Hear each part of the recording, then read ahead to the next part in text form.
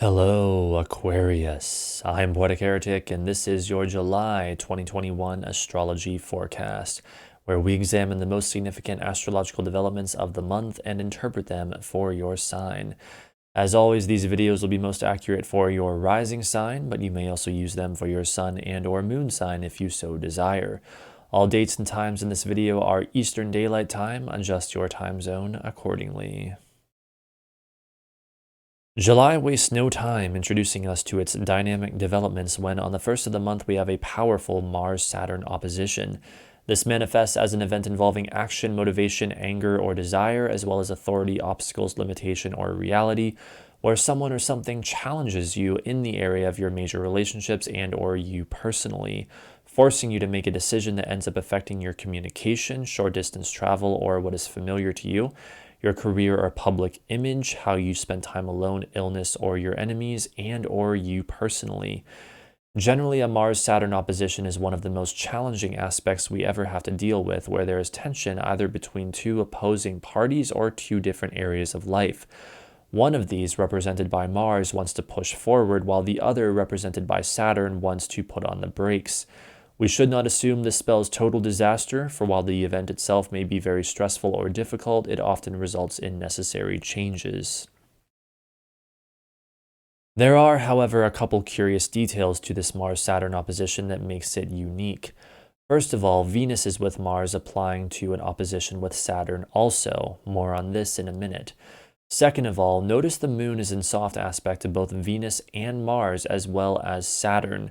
The orb for the sextile to Saturn from the moon is too wide to show in the chart on screen, but it is still very much there. The meaning, at least to me, couldn't be more obvious. During this time of tension between Mars and Saturn, there appears to be a third party who enters into some kind of negotiation or mediation between those represented by Mars and Saturn. This quote-unquote outside force, represented here by the moon, will likely try to help both sides find reconciliation. Now let us look at the chart for when Venus is perfectly opposite Saturn. Again, though the moon has changed signs, it is still in soft aspect to both Venus and Saturn, as well as Mars at this time. This is further indication of the idea of a third party trying to help resolve things between the two opposing forces in some way. Additionally, the fact that it is both Venus and Mars, the cosmic lovers, opposing Saturn suggests that for many during the first week or so of July, there could be anything from a romantic relationship to a creative endeavor that is somehow disapproved of by authority or that encounters obstacles, limitations, or some other difficult reality.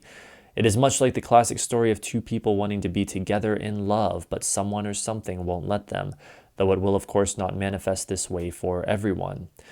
The technical delineation of Venus opposite Saturn is an event involving love, pleasure, creativity, or relating to others, as well as authority, obstacles, limitation, or reality, where someone or something challenges you in the area of your major relationships and or you personally, forcing you to make a decision that ends up affecting your home, family, or living situation, your beliefs, spirituality, ideals, or what is foreign to you, how you spend time alone, illness, or your enemies, and or you personally. Generally, a Venus-Saturn opposition, in addition to what we have already gone over, represents a situation where getting what we desire is limited in some way. We want it, but we can't have it, or we have to go to great lengths to get it. This aspect is also what we often see when there are challenges or tension in relationships. Though this aspect perfects on July 6th, as I mentioned before, with the involvement of the moon and Mars, the whole first week or so of July will contain this Mars opposite Saturn and Venus opposite Saturn energy. On July 9th at 9:16 p.m., we have the new moon in Cancer. The new moon represents the beginning of a new month-long cycle, and with this new moon taking place in your 6th house of work, you can expect new beginnings in the area of your work, health, schedule, and day-to-day activities. Interestingly enough, this new moon is not really aspecting anything except for technically being trine Jupiter by sign. It is an aversion to everything else. This gives us a much more pure Cancer new moon. This is a new moon that is all about nurturing something in safety so that it may grow. Done well, that which is nurtured and protected will grow very strong and powerful. Therefore, I see this new moon as a time of much needed peace and replenishment after the stress and challenges of the previous days. On July 13th at 9:32 a.m., we have Venus perfectly conjunct Mars. The cosmic lovers seem to be stealing the show somewhat this month. This manifests as a fusion of energy involving love, pleasure, creativity, or relating to others, as well as action, motivation, anger, or desire in the area of your major relationships that ends up affecting your home, family, or living situation, your beliefs, spirituality, ideals, or what is foreign to you, your communication, short distance travel, or what is familiar to you, and or your career or public image. Generally, a Venus-Mars conjunction has to do with intensely creative energy. As the implication goes with these two planets, it may have to do with a romantic relationship, though it just as easily can be the creation of something else entirely. Whatever it is, this is fun, playful energy that is so often, again, intensely creative. On July 23rd at 10:37 p.m., we have the full moon in Aquarius. The full moon is the point in the current lunar cycle where the energy peaks, a time of heightened activity. With this full moon occurring in your first house of self, you can expect things to come to a head in the area of you personally, your character, appearance, or physical body. The full moon in Aquarius represents a time of intellectual detachment and future-oriented thinking. It excites our minds for the future, for new and innovative possibilities. It also plays upon the dynamic between the love for and connection with all of humanity and the more personal, heartfelt love of an individual for another individual. This full moon in Aquarius is co-present with Saturn, indicating that this may be a time that, despite our excitement for the future, we must contend with a difficult reality.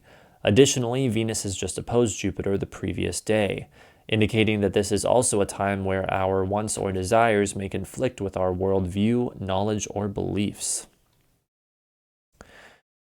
The final event of July we will look at is on July 28th at 8:43 a.m. when Jupiter retrogrades back into Aquarius, where it will remain until late December of this year. This means that any good fortune that Jupiter brought over the past 1 or 2 months to your money, values, or resources may diminish somewhat while Jupiter returns to your first house to finish unfinished business in the area of you personally, your character, appearance, or physical body. This represents a continuation and or return to a theme explored in this area of your life from about mid-December of 2020 to mid-May of 2021.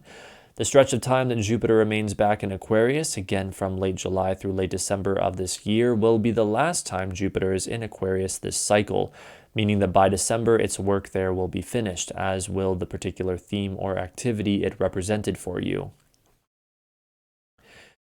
In general, Jupiter's return to Aquarius is not the most heartening news, for it is leaving its domicile of Pisces where it is most happy and effective, and instead is having to return to a sign that it isn't fully comfortable in, and worse, a sign that Saturn not only rules but presently continues to transit.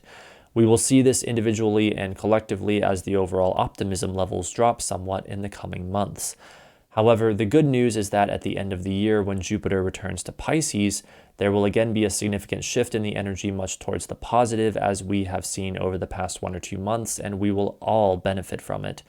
There is much more I could say about this, but we will save it for when these events are closer and it becomes more relevant. One thing we do need to discuss now, however, is the fact that Mars opposes Jupiter only 1 day after its return to Aquarius.